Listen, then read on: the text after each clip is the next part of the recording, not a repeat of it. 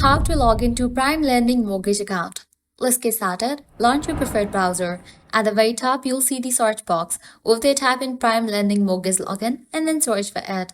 Different website links will appear. Navigate to the very first one website option. Open it. With that, you'll be directed to the login page.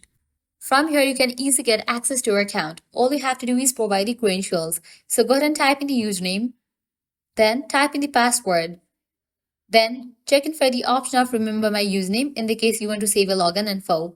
Then agree with the terms and conditions. In the case you have forgotten the username or the password, you can click on these options to recover it. After you provide all the details, click on login. With that, you'll be logged into your account. If you haven't created your account yet, click on this option and go through the registration process. So that's a wrap for this video. This is how you can easily log into PrimeLending Mortgage Account. At the end, if you guys find this video helpful, don't forget to like, share, and subscribe to our channel. Thanks for watching.